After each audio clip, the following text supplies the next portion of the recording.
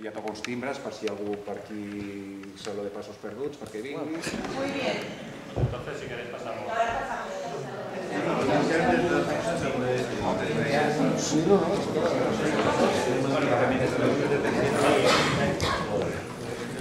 Bueno, buenas tardes. Podemos ir avanzando, si acaso, porque veo que hay bastantes tarraconenses, bastantes de la provincia de Tarragona. Y me imagino que con el tiempo, que no acompaña del todo, y tenemos que volver hacia el sur, pues cuanto antes se termine también la cosa no irá del todo mal. También queremos aprovechar los pocos minutos que va a tener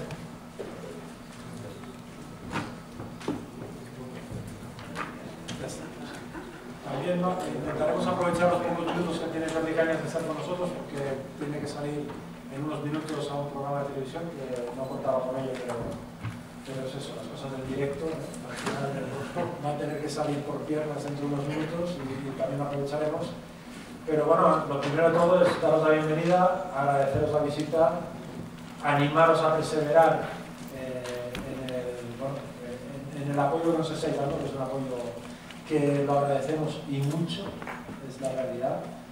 Hace un momento estaba comentando con uno de vosotros o con una de vosotras que realmente es duro la situación que se está viviendo por muchos motivos. O sea, hay muchas causas que hacen que la situación que se vive hoy en día a principios de abril de 2013, en pleno siglo XXI ya, en Cataluña sea realmente una situación dura.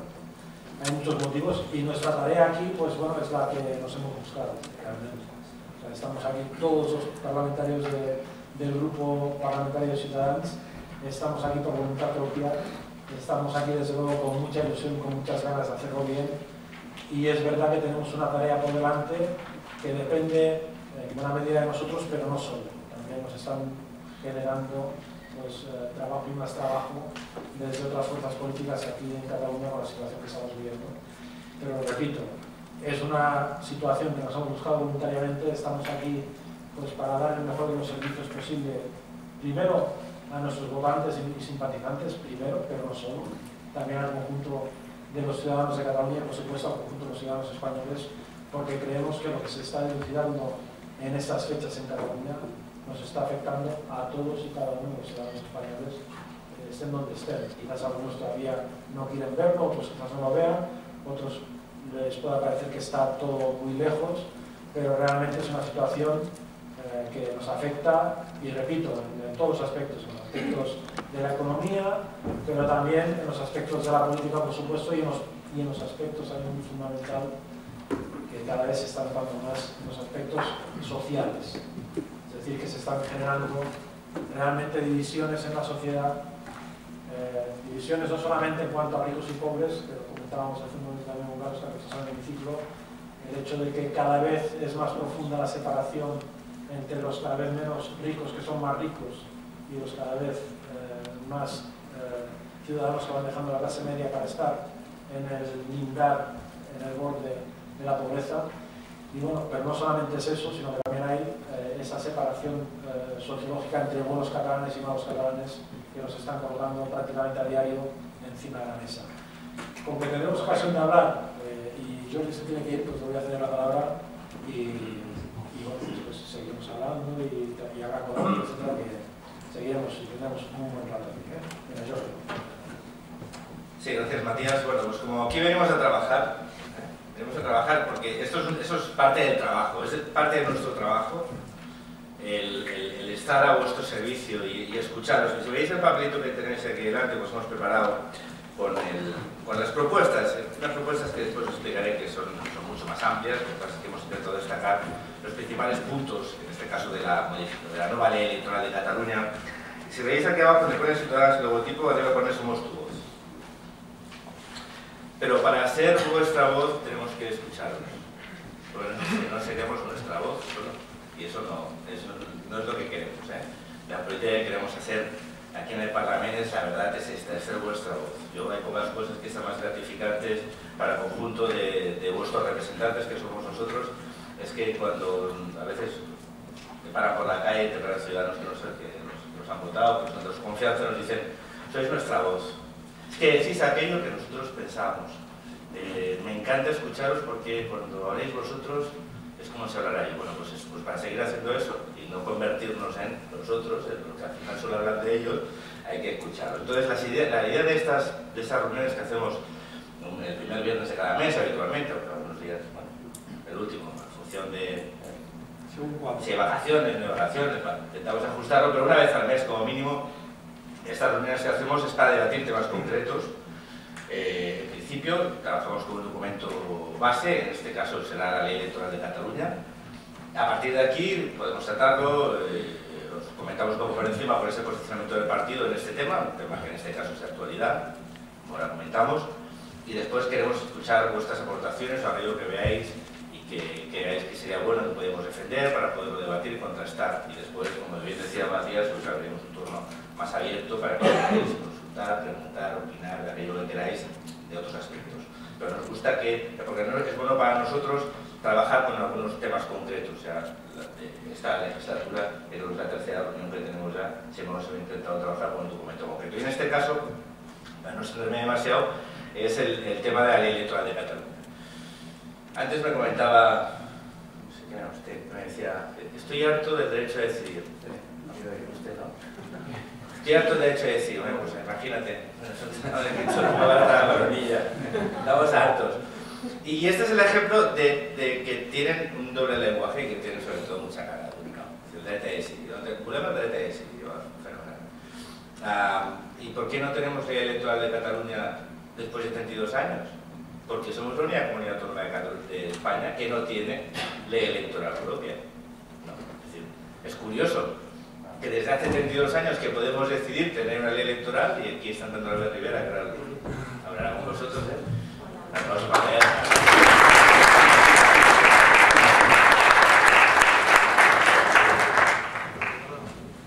Estamos a ver, introduciendo un poco el debate de hoy de la ley electoral de Cataluña. Viaje bien. Seguimos. Tienes sumado más puntos de AVE. Si fuera que yo decía, no, si el hombre pudiese volar a la velocidad de la luz, y bueno, no sé, si Alberto hubiera hecho todos los kilómetros que ha hecho, ¿verdad?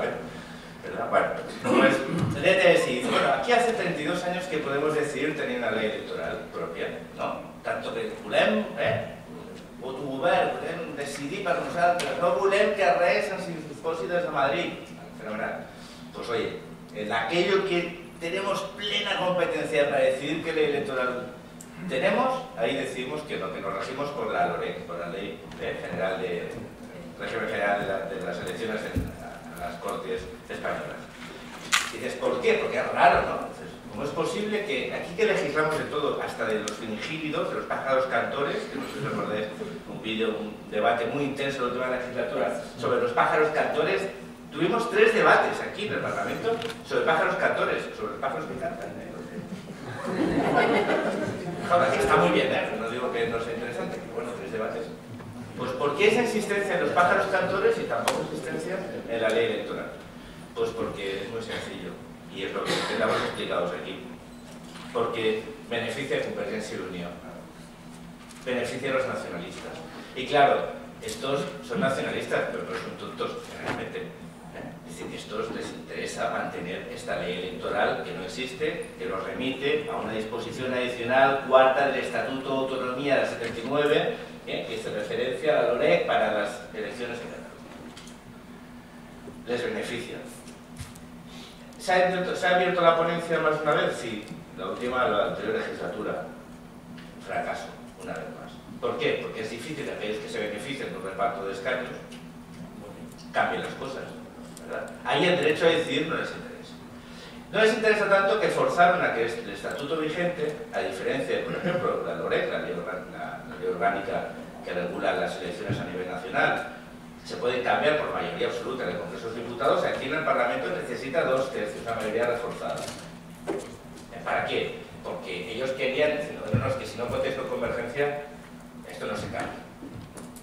Bueno, parece que la coyuntura política está forzando a mover algunas decisiones. Yo creo que la presión de los ciudadanos a la hora de querer una ley electoral que permita crear puentes que puedan ayudar a reconstruir los lazos entre los representantes y los representados, esa presión de los ciudadanos por verse representada por sus representantes, esa presión que empieza a haber en la sociedad para que los representantes sean verdaderos representantes y estén al servicio de los ciudadanos, pues parece que está haciendo mover algunas cosas. De hecho, ahora hay una ponencia abierta en el Parlamento, es decir, hay un debate abierto en el conjunto de fuerzas políticas para intentar consensuar una ley electoral o como mínimo un documento base sobre el cual después pues acabar aprobando esta ley electoral de Cataluña. No nueva ley, porque nunca ha habido una vieja, sino la ley electoral de Cataluña que regule, en este caso, las elecciones al Parlamento de Cataluña. Y ese es el debate. El debate significa abrir un tema interesante porque para Ciudadanos es un buen instrumento, la ley electoral de Cataluña, para regenerar el sistema político, de ahí el título del documento que os hemos pasado. Si creemos que la ley electoral, una buena ley electoral, una ley electoral que vaya en la línea de intentar acercar a los ciudadanos a sus representantes, que tenga como intención regenerar la vida política, que tenga como intención hacer transparentes a los partidos políticos, que fomente la participación ciudadana en el proceso político. Es un instrumento, en un momento tan difícil, de desafección entre la clase política, entre los partidos políticos, entre las instituciones y los ciudadanos, de intentar suturar esa herida que la negligente gestión de lo público y la instrumentalización de las instituciones han hecho algunos partidos en los últimos 30 años.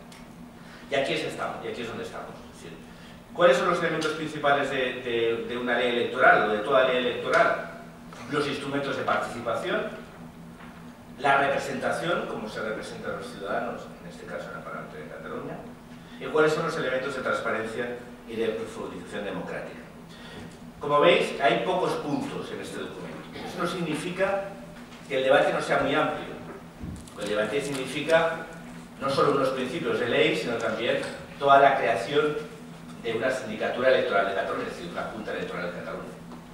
Es crear una administración electoral catalana y cuáles son los instrumentos de representación que esa ley favorecerá. Son dos aspectos diferentes. Algunos yo creo que lo que quieren es simplemente poder controlar el proceso electoral desde aquí, por lo tanto, para algunos sería suficiente en esa sindicatura electoral. Que aquí nos lo comamos, que aquí decidamos quién está, cómo lo controlamos. Nosotros queremos ir más allá y que además de tener una Junta Electoral catalana, para que nos entendamos, tengamos una ley electoral que favorezca la participación, que obligue a la transparencia de los partidos, que ajuste el principio de que el voto de cada ciudadano valga lo mismo, que la representación sea proporcional, que la representación represente, es decir, que haya un control por parte de los ciudadanos y de sus representantes, y que los ciudadanos puedan elegir quién los representa. Y por eso, un tema que es muy extenso en todo esto son propuestas de la ponencia electoral, lo resumimos en pocos puntos, no porque no tengamos una posición sobre el conjunto, que a lo mejor sale durante el debate, sino porque creemos que los principales, los que determinan esos tres principios, la participación, la representación y la transparencia y profundización democrática, son pocos. Y generalmente los principios sencillos los más transformadores, los que más cambian. Por eso, a nivel de participación electoral, eso un breve resumen antes de abrir el debate, la participación electoral, ¿qué queremos? Pues queremos que las primarias sean obligatorias en el conjunto de los partidos políticos. Es decir, no que sea una decisión voluntaria de los partidos, sino que sea un instrumento obligatorio, una forma obligatoria para que los partidos seleccionen y elijan a sus listas electorales. ¿Con qué finalidad? Con intentar evitar el control absoluto, fijaos lo que digo, el control absoluto de los dirigentes de los partidos, de las cúpulas de los partidos, sobre quién incorpora y quién se incorpora a una lista electoral. ¿Las primarias obligatorias lo solucionarán absolutamente? No. No seamos tampoco ingenuos. Pero, como mínimo, lo limitarán, lo mitigarán. Abrirán la posibilidad de que haya militantes del partido, simpatizantes del partido, personas que hayan trabajado activamente en el partido, que sean reconocidas por sus comilitones, por sus compañeros, y que puedan, ganándose el apoyo de sus compañeros, forzar a entrar en esa lista electoral. Eso como mínimo. Eso. Si el tema fuera perfecto, sería estupendo. Si todo el mundo contara con la misma posibilidad, pero es cierto que imaginaos una lista electoral, yo, o Albert, o Carlos ahora, o Matías, o Villegas, tienen más posibilidades de ser elegidos que no yo quiero. ¿Por qué? Pues porque nos conoce más gente. Y ya no partimos de una situación igual de todos. Pero como mínimo va la posibilidad de que haya miembros del partido que puedan recibir apoyos de compañeros y puedan incorporarse a la lista. Eso es una buena medida. Por lo tanto, eso tiene que ser obligatorio y no discrecional. Porque es una medida que seguro que es buena. Que a lo mejor no es absoluta, pero que conseguirá algún beneficio. Otra cosa básica, pues los imputados en casos de corrupción no pueden formar parte de las listas electorales. Eso tenía que ser un principio ético en el comportamiento de los partidos. Básico. Pero estamos viendo que no es así. Desgraciadamente, los partidos han continuado colocando personas imputadas en casos de corrupción en listas electorales. La imputación no es culpabilidad, pero yo creo que por una cuestión de higiene y transparencia democrática, ética, perdón, debe ser un comportamiento que creo que tiene que estar regulado. La representación. Listas abiertas o desbloqueadas. Esto es un debate que es amplio. Las diferencias entre listas abiertas y listas desbloqueadas. Listas abiertas, para que los entendamos, es que uno pueda escoger a Albert Rivera de Ciutadans, al señor Junqueras de Esquerra y a Oriol Pujol, porque esto pues hubiera imputado lo llevarían en la lista. No probaré. Bueno, eso es marcar. Tiene usted tantos, usted marca tantos. Eso son las abiertas. Las desbloqueadas, pues es el voto preferente, es decir, que en una misma lista uno pueda significar quién quiere que esté. Yo quiero que esté este y este. Exacto. Dentro del mismo partido. Con lo cual favorece pues, que haya personas que estén por detrás en la lista puedan. El talento no sea de ellos. Exacto. Esto es un debate que es amplio. El tema de listas abiertas lo más parecido sería, en este caso en España son desbloqueadas desde el Senado, ¿no? Son abiertas. El caso es más complicado en las elecciones. Nosotros en principio apostamos por listas abiertas para que los ciudadanos puedan escoger a quien quieran, pero ponemos O porque entre listas abiertas, listas desbloqueadas o lo que hay ahora mismo, como segundo óptimo, serían las desbloqueadas. Nosotros preferimos las abiertas, pero si hubiera un consenso de que con desbloqueadas habría un acuerdo, estaríamos de acuerdo, porque como mínimo facilitaría esa capacidad del votante, del ciudadano, de poder escoger. Después algo muy básico, eso en el sentido de que el ciudadano pueda decidir quién va. Pero cuando decimos que es importante que el ciudadano pueda decidir quién va, también es importante que el voto de cada ciudadano valga igual. Es un principio democrático. No tiene que estar venido para la representación, pero lo básico es que el voto de cada uno de nosotros pues, valga lo mismo, tenga el mismo valor democrático. No puede ser que los representantes de Lleida cuesten, entre comillas, 3 veces menos que los de Barcelona. Porque al final cuando se vota aquí vale igual. Y claro, no es justo. No es justo porque después aquí se apela a la representación. Es que aquí hay mayorías, sí, mayorías, pero cuando suman los votos no son tantas, no son tan mayoritarias. Y eso da a veces imágenes que son desvirtuadas de la realidad política catalana. ¿Verdad? Pues hay que intentar que eso no sea así. Hay que jugar limpio. Todo el mundo tiene que partir del mismo punto de salida. La confianza y el voto y el derecho del valor del voto de cada ciudadano tiene que ser igual. Y es lo que proponemos, que el voto valga igual. No de un ciudadano un voto, que a veces la gente dice, no, pues si todos tenemos un voto, pero ¿cuánto vale? O sea, que el voto de cada ciudadano tenga el mismo valor y que represente a todos. Y a partir de ahí veremos cómo lo podemos ajustar para que no haya territorios que no tengan representación. Pero eso es otro debate. Un debate que es más profundo, que hay varias alternativas, el modelo alemán, podemos hablar, pero garantizando la proporcionalidad del voto. O como mínimo, que esté muy cerca de la proporcionalidad absoluta. Yo siempre digo que lo mejor es enemigo de lo bueno. Intentemos lo bueno. Lo mejor, a veces, no siempre lo mejor, pero sí lo bueno. Lo bueno es que intentemos acercarnos a una mayor proporcionalidad que ahora mismo en Cataluña no tenemos. Nuestra idea sería, a nivel de las circunscripciones, nuestra idea sería una circunscripción única. En función del modelo de representación, si es a doble lista entre territorios y representantes, pues a lo mejor se podría avanzar hacia un modelo de circunscripción única por representaciones comarcales, eso lo iremos viendo, pero la idea es que como el voto tiene que valer igual de cada ciudadano, lo más aproximado sería mantener las otras circunscripciones, las provinciales, y que ahí se repartiera en función de la población, con algún modificador para evitar que... pero intentar que hubiera una proporcionalidad en función de la proporción de los representantes provinciales. La ponencia en su momento hablaba de las veguerías. Bueno, no sé. De tipo nosotros, como somos más de provincia, pues... Después otro elemento importante de la representación, que los votos en blanco sean representados por escaños en blanco. Bueno, eso es una medida de castigo, sí. Es una medida de castigo que yo creo que ayudaría a poner las pilas. O sea, que se visualice que hay personas que tienen la voluntad de participación democrática, pero que no se ven representadas por ninguna formación política. Eso no es la abstención. Estos ciudadanos que van deciden votar en blanco porque nadie los representa. Y eso es un toque de atención.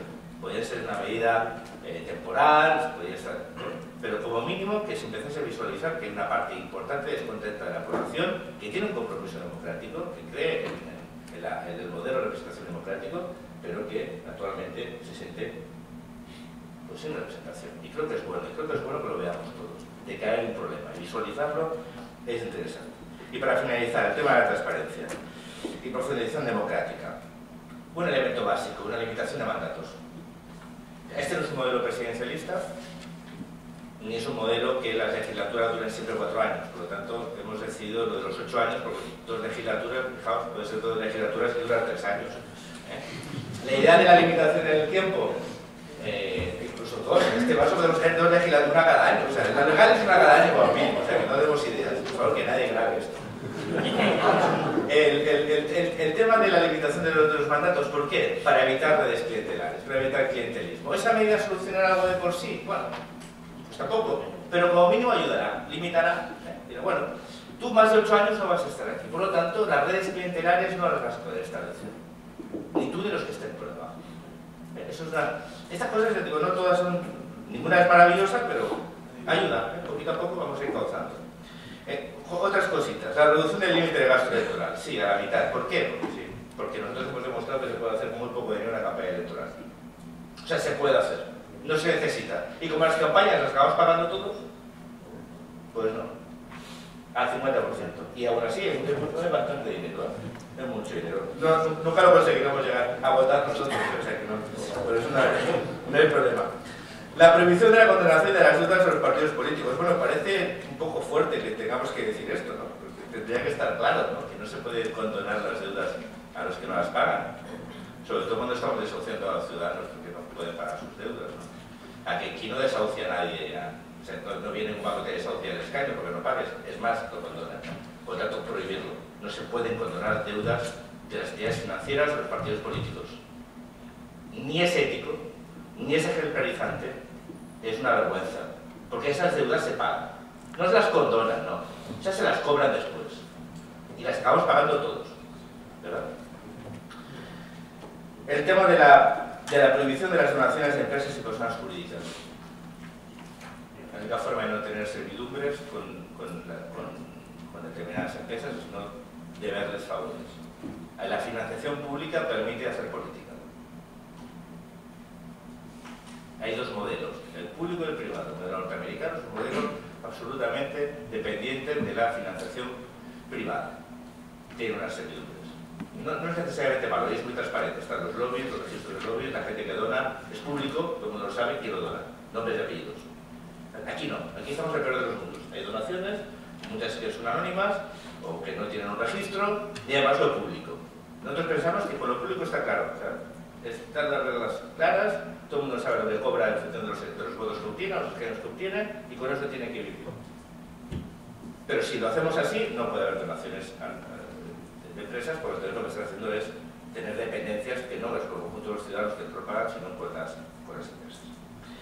Lo de la publicación anual de las cuentas, pues también es una obligación. Pues claro, eso ojalá se incorpore, yo creo que se incorporará a la ley de transparencia y de acceso a la información pública, que también se está debatiendo aquí en el Parlamento, que obligará a todas aquellas entidades, asociaciones, partidos que reciban dinero público, tener que estar en la obligación de tener esa información de acceso público. O sea, cualquier ciudadano pueda acceder a la información de esas entidades, asociaciones, partidos, empresas que reciben parte de su financiación o todo el dinero público estará. Pero de momento vamos a intentar que también se incorpore en la ley electoral. Bueno, y una cosa que parece que se ha consensuado ya, que la proponía Ciudadanos, la propusimos y la perdimos en votación, algunos no quisieron votar hace un año, que es el envío conjunto del mailing.